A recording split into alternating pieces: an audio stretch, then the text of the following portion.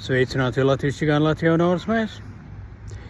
Disko klubi, ko es esmu minējis. Jā, tā ir subkultūra, tā ir atsevišķa pasaule, atsevišķa realitāte. Bet tā ir arī vide. Tas ir tā kā avots, resurss, kurā čigāni cilvēks var iedvesmoties, attīstīties.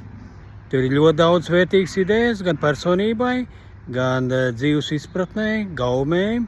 Tā ir tāda izglītība, tā ir tāda kā atmošanās realitātē, vai tieši otrādi, varbūt pārslēgšanās citā realitātē.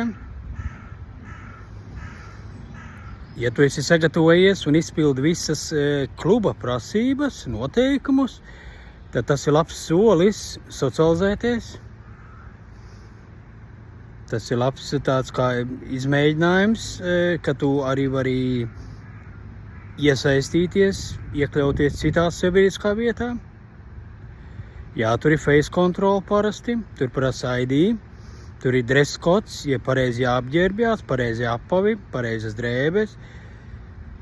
Tur visur novēro, tur pieskata.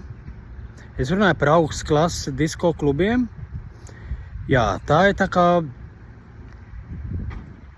vieta, kur ir muzika, kur jaunieši vai cilvēki izklaidējas, bet patiesībā tā ir vesela pasaule, cita realitāte. Nervu sistēma, ķermeņa, socializēšanās, jauna informācija,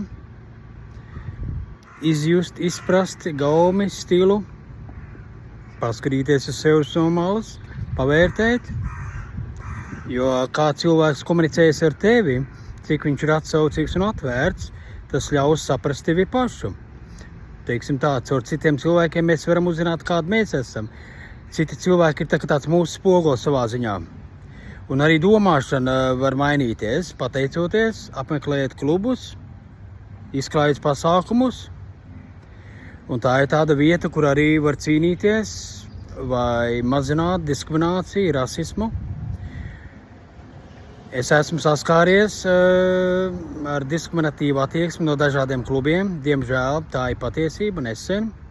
Latvijā, Rīgā, vairākos klubos. Nesaukšu klubu vārdus. Kad es viens pats dodos izklaidēties, atpūsties, relaksēties, man nekad dzīvē nav problēmas. Bet tiklīdz es esmu ar kādu, tad parasti vienmēr ir kaut kāds problēmas. Vai tie ir čigāni cilvēki? Es biju kopā ar šrilankas un indiešu cilvēkiem. Mēs bijām 3 vai 4 cilvēki, un tā bija nepatīkama situācija. Es viņus laidu pa